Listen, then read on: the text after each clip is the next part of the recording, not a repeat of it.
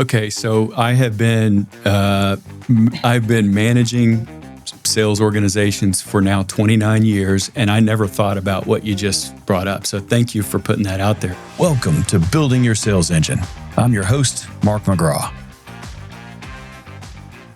Hey everybody, welcome back to Building Your Sales Engine. This is your host, Mark McGraw. Hey, I'm really looking forward to our conversation together today with Lisa Gosselin. Awesome leader, really phenomenal at setting vision. We're going to talk today about making sure that as leaders, we can get communication and we can get vision established. How do we work within an organization? By the way, anybody, even if you're not in sales management, could follow the lessons that she teaches in terms of how to work your way through an organization and get collaboration and get things brought in. She does a brilliant job of that. If by chance, if you're listening to this as a seller, and maybe this isn't something that you're often focused on as far as establishing vision, forward this message on to your sales leadership and to your executive leadership. Forward this show over to them. I think they're going to get a ton out of it. I've been coaching and training sales teams and been a sales manager for 29 years. And I wrote down a page of notes of things that I just didn't think about in running a sales kickoff, as well as helping teams be able to establish vision and getting everybody on the same page. So lots of good things to take away from this.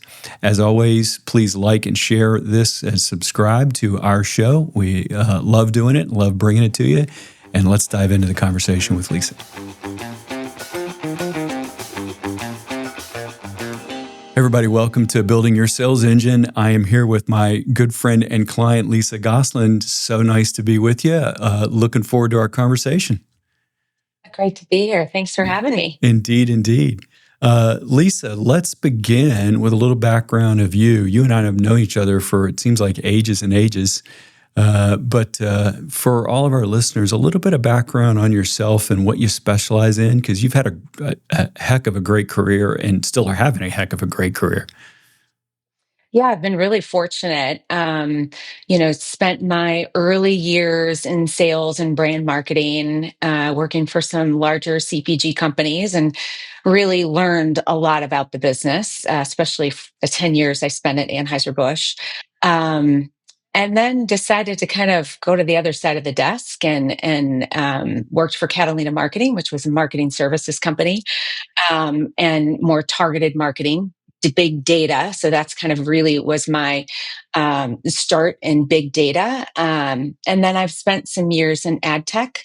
And most recently, over the course of the last 10 to 15 years, have been leading go-to-market organizations. And I think, what I've really learned how to do pretty well is transform organizations and do it in a positive way to accelerate growth. So that has kind of been I don't want to say a specialty, but it's just something I've learned, and I really enjoy a challenge. I would never want to join an organization that is perfect and in a great place.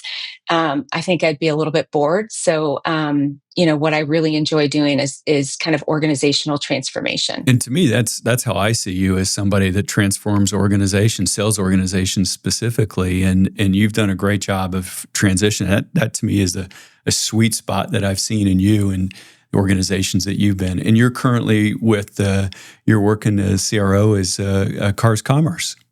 Yeah, Chief Commercial Officer is the official title for Cars Commerce. So back into the public company. I've been in kind of private equity backed organizations for the last 10 years. And so I started at Cars Commerce the end of February, and it has been a really great experience and a real opportunity to transform the organization. We've done a really nice job of acquiring several different solutions, SaaS solutions for the automotive industry.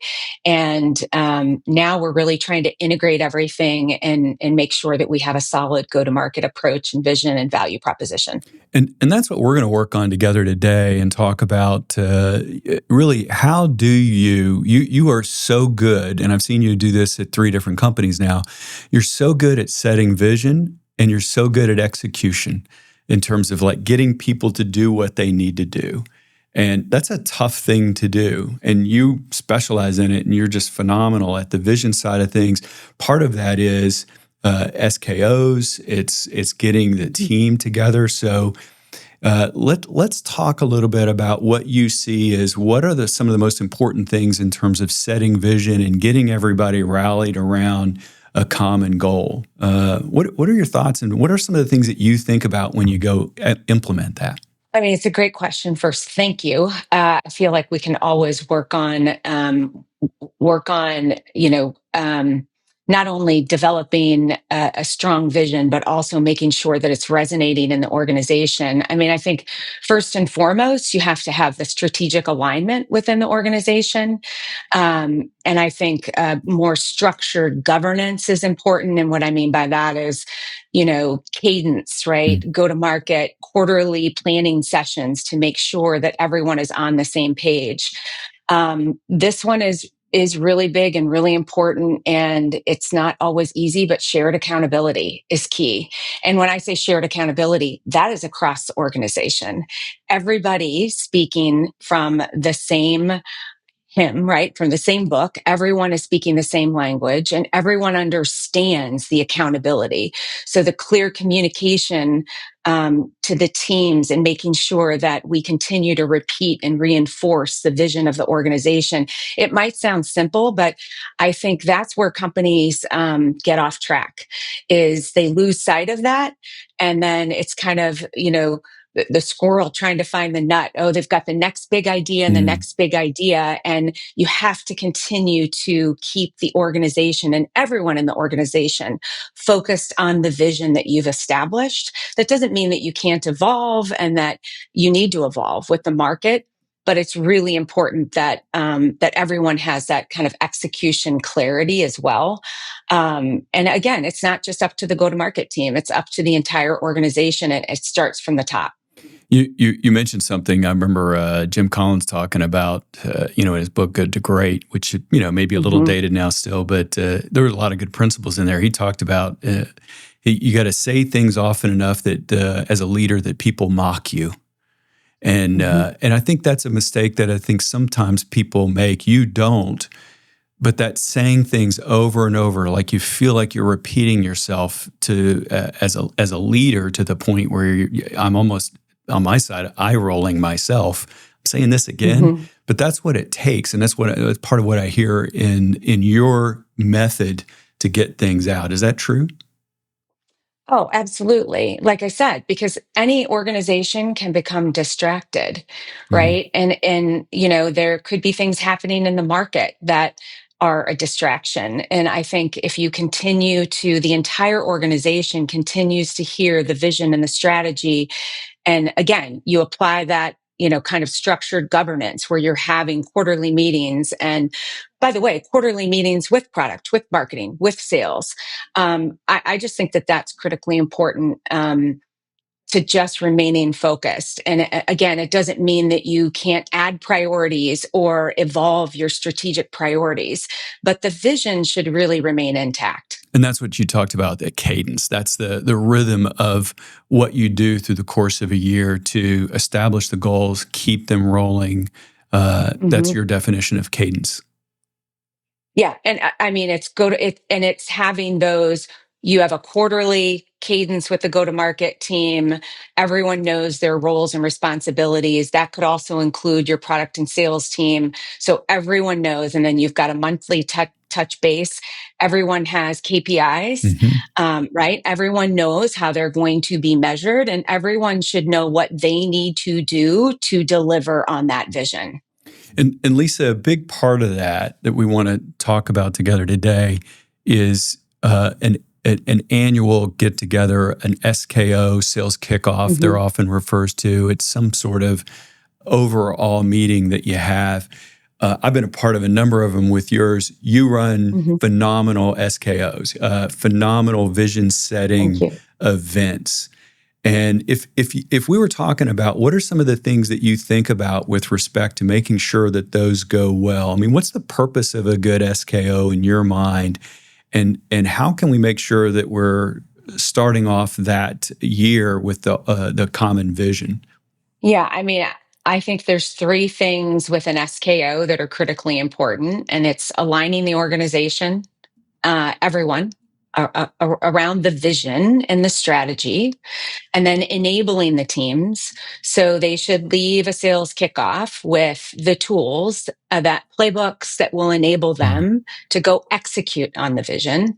And then for me, and you know this more so than anyone because you've been at so many of my meetings, it's inspiration and inspiring the team to deliver is so critically important. And it can be done in many different ways, but I do think we take that for granted. And I think that it's so important it's funny, I'm watching my daughter works at Lovesac and they have their managers meeting. A shout out to Lovesac. They have their managers conference in Arizona, and it's her first time going to kind of a kickoff meeting. It's like their SKO, and their CEO was standing on the table. She sent me a video, like, cheering with the team, and they have a new little mascot, and things like that might seem a little goofy, but that inspires the team. And I think when you see your senior leadership also taking their guard down and just having fun, that I think is probably more so than align and enable,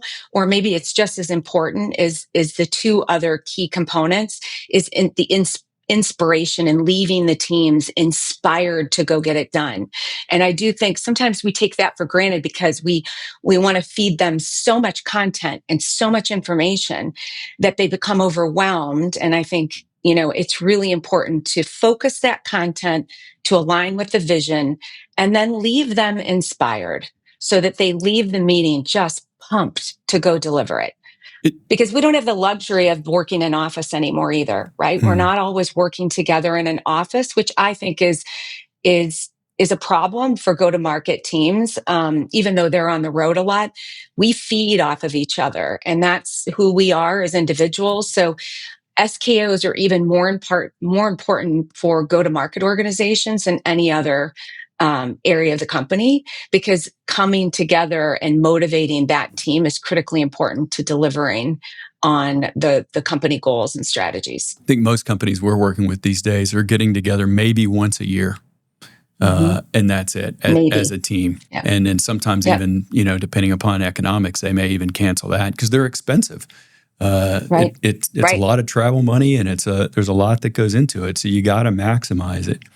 It's almost like when you brought up a minute ago the event and having fun and all of that. Almost picture it like it's a production. It's like you're producing the late night show to some degree, but you're doing a whole bunch of these little segments through the course of a couple of days where people continue to be inspired and yet get information. How are you thinking about aligning like the product team and the other people that are involved within an organization to make sure that they're in alignment with everything? Because I've seen that one go not so good at certain organizations. So what are you thinking about there as you get the rest of the organization involved in a kickoff? Yeah, I mean, I think it's key that everyone is aligned with, go back to enable the team, align, but enable the team with the tools to go deliver. So SKO should not be a forum that's used for product roadmap discussion, or here's the marketing plan for the year. It's each organization or each support function should be communicating what is important to the sales organization, because that's what the meeting's about. The meeting is about motivating the sales team to go out and get it done. So what is product doing to help accelerate the business? What solutions are they going to deliver to the sales team that will help them sell more? I mean, it's pretty basic, right? Same thing with marketing. What exciting message do we have from a B2B standpoint, from a consumer standpoint, right? How are we going to improve our consumer app or whatever it might be to make sure that we are in a position to help the sales team and assist the sales team in delivering their goals? So I do think that there are times I've been at conferences before where it's product kind of just talking for an hour and a half about all of their solutions and all of the work being done. And I do think it's important for the go-to-market leader to make sure that the content is going to resonate. And it needs to be, you said this earlier, short snippets. If you can't get your content across in 20 to 30 minutes, an hour on stage presenting to a sales team, it's not going to cut it unless it's a motivational speaker and it's a little bit different, right? A different objective there, but products should be able to get their message across in 30 minutes and marketing should be able to get their message across in 30 minutes. And honestly, we should all work together to make sure that the sales kickoff is the best event, because to your point, the company is going to have one event a year, that it is the event that will motivate the sales teams to deliver the goals, because again, they're the only ones out in front of the client. No, not the only ones, but they're the ones majority of the time in front of the client. And again, we got one shot maybe through the course of the year to go do that. So you got to get it right. And I love the fact that you're commenting on how important it is that there's leaves with a lot of good energy. A mistake I've seen product folks make, and something I think us as leaders that we need to be thinking about is making sure that we're looking over what's going to be presented. Because a lot of times I think in the best intent, product and marketing people want to go through way too much detail, way too many words on slides. It gets bogged down. It becomes a training session as opposed to an introduction of new ideas session. And if that's the purpose, fine. But oh my gosh, it does. Is it just me or does it deplete the energy in the room? Oh, yeah. And to your point, it's not, in my past life, our chief product officer, chief marketing officer, they've always welcomed that feedback, right? It is critically important for them to be successful in front of this team. So as long as you've got a good relationship, which I've always, I pride myself on having good relationships, solid relationships with my counterparts, so that I can make sure that they are delivering the message that will resonate with the teams. And that goes for me with their meetings as well, right? I look to them to guide me on what's important to your product team. What do they want to hear from me? So I do think that's really important, because it does become a training session. And that's the worst thing that can happen, because you want them to take away two things from every session that they are going to do. And sometimes I even have them actually write down, what are the two things you're going to take away from the product session? What are the two things you're going to take away from the marketing session? And what are the 5 things you're going to take away from the SKO in the last 3 days together? And you ask the team, maybe to share those things. And I think that's a good point too, is that I personally, I think people sometimes forget how to learn. As sellers, we get out of college and we forget how to learn. I think that's an important thing, is to tell people what to look for in each one of the sessions. And now they're going to draw their own conclusions for what their takeaways are, but be on the lookout for 2 things that you're going to go implement as a result of this session on this particular product, and instruct them, give them the expectations right up in advance of what to go look for. That helps your speakers as well. That helps them formulate the content, knowing that we are going to require the go-to-market team to document a few key takeaways that they will execute over the course of the next 30 to 60 days. Yeah. You mentioned earlier playbooks. I'm a big fan of these. What do you think about with respect to takeaways that people have, or playbooks to simplify? And I'm assuming that's what you're thinking about there, is how do you simplify the message? Is that what you see as a playbook that people leave with? Yeah, absolutely. And listen, I've seen 100-page playbooks, which are not playbooks, that are reliable, or playbooks that will be utilized, right? You're exactly right. You want to be able to simplify the message to the go-to-market team, because regardless of the organization, salespeople only have so much time, and they only have so much time with the client. So you need to make it easy. And I also think the playbooks need to be ongoing, dynamic, kind of live materials, because depending on the competitive landscape, the questions from the clients and the objections you're overcoming in the market might change. every 6 months. So those playbooks need to be updated. And I think, they need to be very simple ways for the sales team to overcome objections, and to solve problems for clients. Right. And I think you have to use, almost like best practices and Q&A to help a sales team in a playbook. If your client says X, here's an opportunity to present Y. Yeah, and lay it out. I mean, I think that's a great tool for people to use, is just keep it simple and simplify the message. Maybe us sellers are simple minded. Maybe not. I don't know. Maybe it's too far to say that. But well, we only have so much time, and so I think it's a little bit of that. And I also think, the quantification of the what you're delivering and quantifying the value, I think these days, because of the economic situation, is critically important too. So every playbook should have um, an education around, here's how you quantify this sale. Here's how this particular SaaS solution will deliver a return on investment. And I think in the past that might have been missing from playbooks, but I think it's critically important now that we make that easy as well. And that we start with that. I mean, you do that a lot with Sandler, right? We start with, what's the value we're going to deliver for you? We're going to solve your problems and we're going to make you money. Yeah, I love the connection to that too. And that's that if this is a product, here's how it benefits the client. Here are the expected ROIs. Here's where they're going to get benefit from it. And one thing I'll throw out in the conversation with you, Lisa, is I think when a playbook is done right, there's actually probably more questions that are fed to the sellers for what to ask than there are statements about specs and the technology. And I think that's an area where, again, I've seen things go wrong, where we're putting too much specifications out as opposed to what questions do we need to ask and what value should we be looking for in a call or in a meeting. It's the listening piece, right? It's really uncovering what's keeping them up at night. It's what you preach, right? And that's why I bring you in, because I think that, again, our sales teams become, and I find this at cars, we become a little bit overwhelmed, and it's hard to be consultative because you want to get out your goal of the meeting, right? Versus if you just listen to someone talk the whole meeting, that's not a bad meeting. Just because you didn't sell something doesn't mean you didn't learn. And maybe you're able to sell them 5 solutions the next go around because you spent 45 minutes listening to them.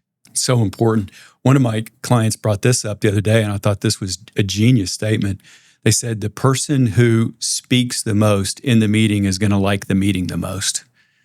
And I thought that was a great line. And it's so true. It's so true. The person who speaks the most is going to like the meeting the most. And a lot of times it's the seller who is trying to do a lot of the talking when really it should be the other way around. Our 70-30 rule in Sandler, we should be speaking 30% of the time. Buyer customers should be speaking 70 in most cases.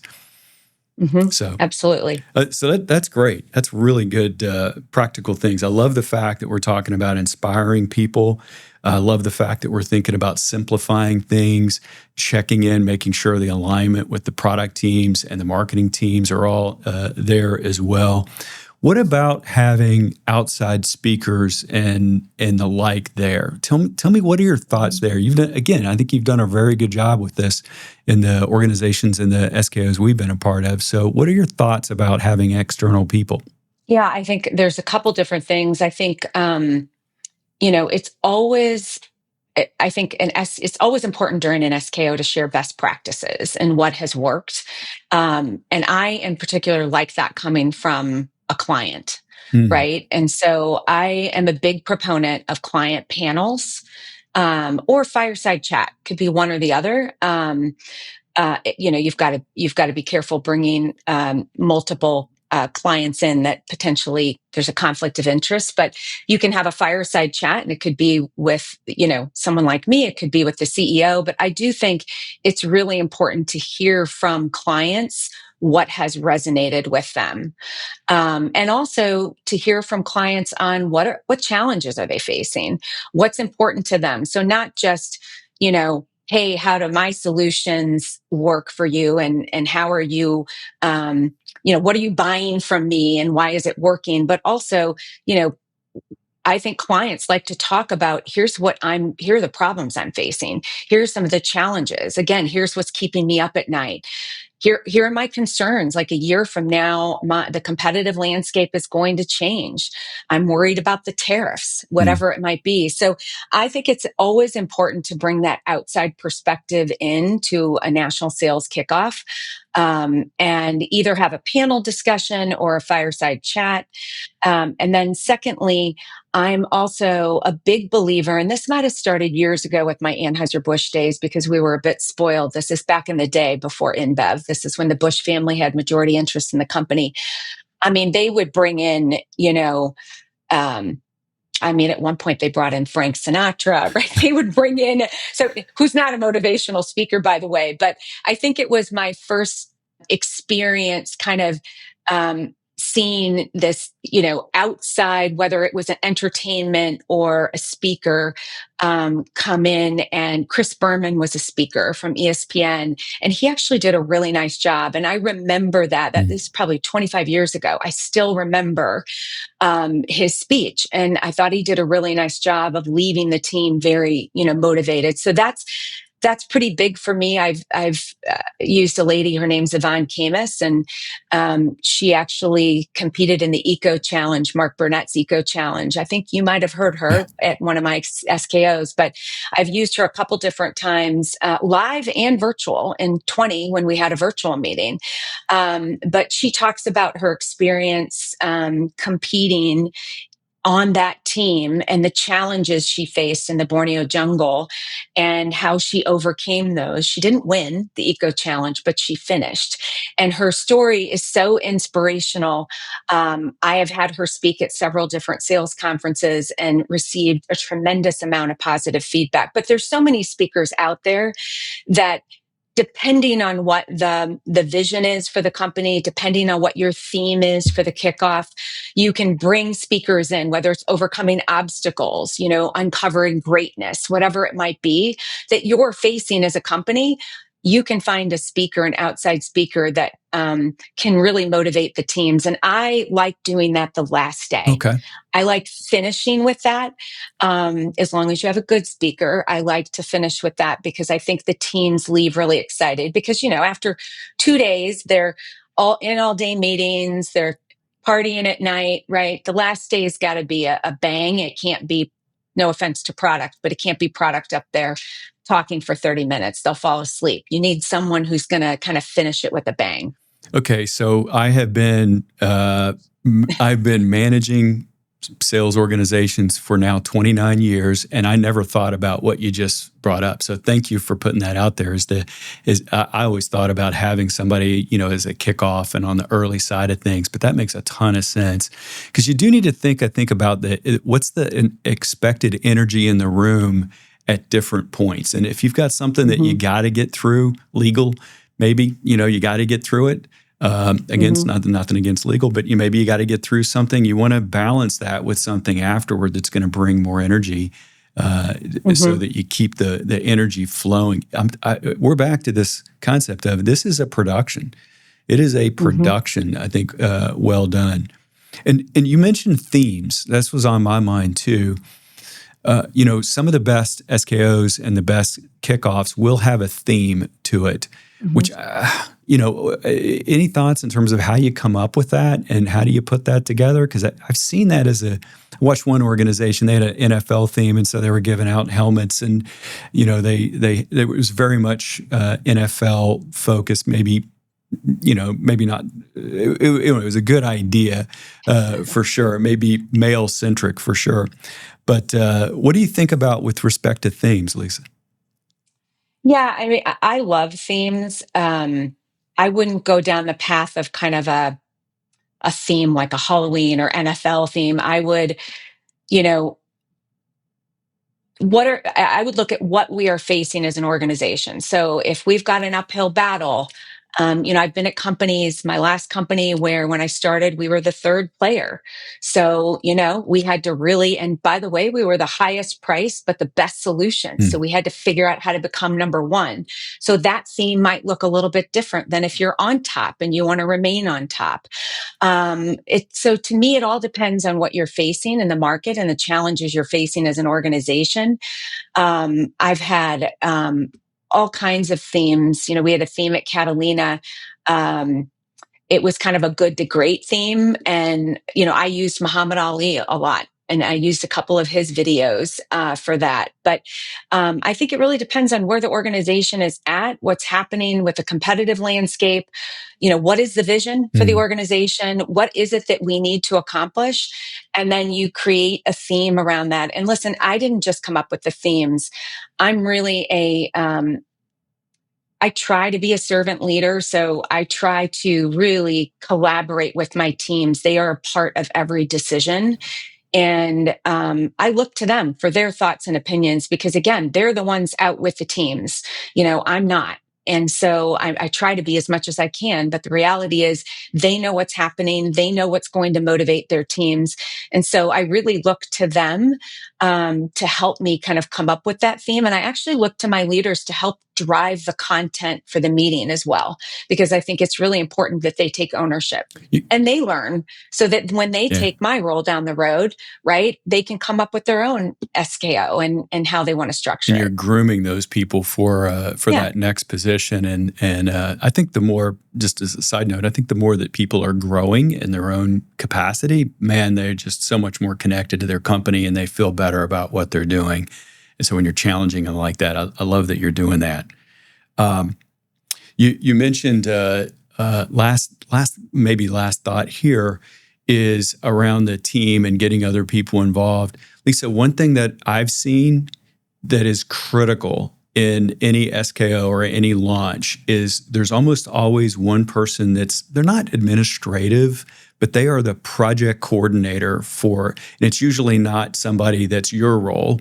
It's not the head of sales, but it's somebody who has just got the operations down and they're coordinating everything. Have you found that to be true on your side, that there's one person who's like project managing the whole thing and it's usually not us as the sales leader? Absolutely. And in, SaaS organizations, you typically have an enablement function, sales enablement function. In my past life, prior to software as a service, we didn't necessarily have an enablement function, but we would have an events team, right? So here I have, at my current organization, I have enablement, and I also have the luxury of having a phenomenal comms and events team. And so absolutely, my sales enablement, and she's actually revenue sales operations. So she's got sales operations and enablement. She would be the one, or whoever that individual is at the organization, a male or female, they would be the one, I think, to really run and PM the SKO. I will say, though, I am very involved. So I am not a hands-off, as you know, hands-off leader. So because it's a reflection of me. So I am very involved, but that is the role that if you have an events person, events is great. But I also think you need someone within the sales organization to take a leadership role. And what I've done in the past is I've assigned a couple of different people. So I might have one person lead she's kind of the PM of the sales kickoff, and then have one contributor from one area of the organization and another contributor from another area of the organization, so that we can make sure that we are incorporating all of the right thinking into the content. We're making sure that we're covering all the different solutions, because at my current organization, we have a couple different solutions and a couple different teams, and you never want to leave anyone out. So, but that would be the function. The sales operations or enablement would be the function that I would have lead this. Yeah, and that makes total sense. Some organizations have that, some don't, but there's a linchpin there somewhere that's doing those activities. And I think one thing that I'm taking away from this for sure is as the leader of the organization, you're using this as an opportunity to engage so many other people and to connect with them and have them involved, whether it's product or whether it's marketing or leaders in your own team. But there's a lot of, I think maybe what I'm hearing from you, the success of this event happens even before the event occurs because of the connections and bonding and shared strategy and shared vision, then the execution piece to it as well. Those seem like critical elements. On the follow-up side, after it's all over, any thoughts in terms of how do you make sure that you sustain momentum over time? Is that where you get back to the rhythm of the meetings on that side? Absolutely. Absolutely. It's the vision across the organization, that strategic alignment, the governance, the accountability, the clear communication, the execution clarity, all of those things have to be in place so that you can continue to follow up. And, I think it's important to get feedback on sales kickoffs and make sure that, what your message indeed resonated with the teams. But because the vision has already been established up front, to your point, it should be crystal clear what the outcome is. And everyone should have, if everyone is aligned, everyone should have alignment on what their to-do is coming out of that meeting. The meeting is just about, to your point, gaining excitement around that vision and making sure that everyone's leaving those 3 days or 2 days or however many days it is, ready to go hit the pavement and deliver for the business, and that they're motivated to do that. We've given them the tools, we've given them inspiration and excitement to go out and be able to close the business and to solve our clients' problems. More so than anything, it's not even about them selling, it's about, how much fun is it when you solve your clients' problems and you help them sell more? And that's really the goal. And I do think it's important, though, to keep that vision tight after the sales kickoff so that you don't have this kind of period where you were on this high and now you're down. You've got to keep everyone aligned. And that's where the repetitive, the redundancy comes in. Comes full circle. Full circle. It's a part of an overall execution of a vision and strategy, and it's an integral part, no doubt. But it is a part of that overall system. So, Lisa, excellent, man. I've been personally, I've been involved in sales management for now 29 years. By the way, I'm holding at 29. I'm sure at some point it's going to go to 30, 31, but I'm holding at 29. Me too. And I took a lot away from this, and I know others will as well, to help them make sure that they're getting vision out there. And it's not something that gets talked about a lot. So I appreciate you sharing all of these ideas with us so much, and I know our listeners do too. Any final thoughts or comments?